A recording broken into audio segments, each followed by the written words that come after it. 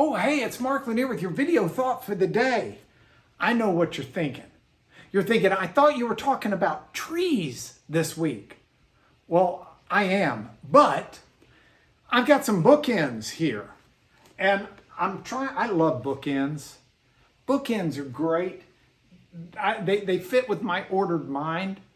You put a bookend at the start and you put a bookend at the finish, and it just works. And the reason I'm saying that is because today I want to talk about a tree that bookends in the Bible. And what I mean by that is it shows up in the very beginning and it shows up at the very end.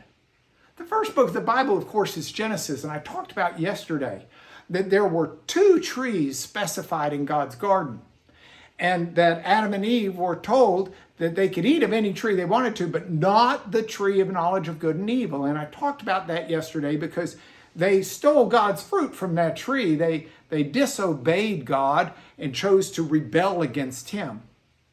Now, after they did that, God kicked them out of the garden, and he did it in a way that made sure they couldn't eat of the tree of life.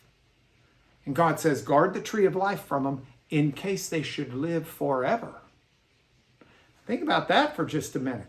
When I was growing up, I used to think, well, that doesn't make sense. I mean, that could have been an easy way for God to unwind that penalty of sin and death.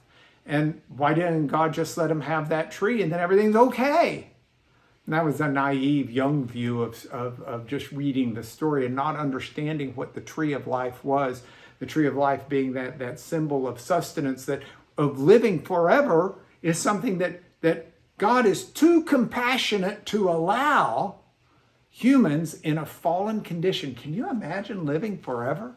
Just getting older and older and older in a condition where you sin, where you're worried and anxious, where you get sick, where people are mean, where there's wickedness and evil, and it never ends because you never die. And that's a pretty bad condition. It was pretty good that God didn't let him do it. But that's just the first bookend. Because you see, as you read through the Bible, you read about God restoring a relationship, and you read about God promising through, like we talked last week, through the prophet Isaiah, through Jesus and Paul and others, God promising a new heaven and a new earth as we are recreated, as we are reborn on the other side of death. It's a wonderful eternal life.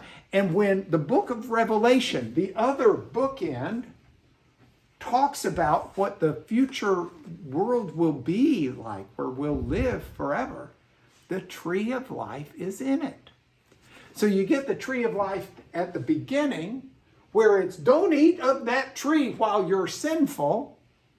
But then you get the tree of life at the end. And Revelation 2:7 says it's to the one who conquers, to the one who's victorious. And at the end with the New Jerusalem, there's this picture of the tree of life. Because as we find that fellowship with God, that life after death, it's one that truly nourishes off of the tree of life. It's an unending life. So I look at the tree of life and it makes me realize this in my thoughts for the day. A, yeah, I live in a condition that I wish was better, but B, there's a promise it will be better, and it's just on the other side of death. And that's something that gives me a confident expectation of what God is doing in my life. And it gives me an ability to sustain through what I'm going through now, knowing this is not the end. This is along the way to a great eternity. It's your video thought for the day.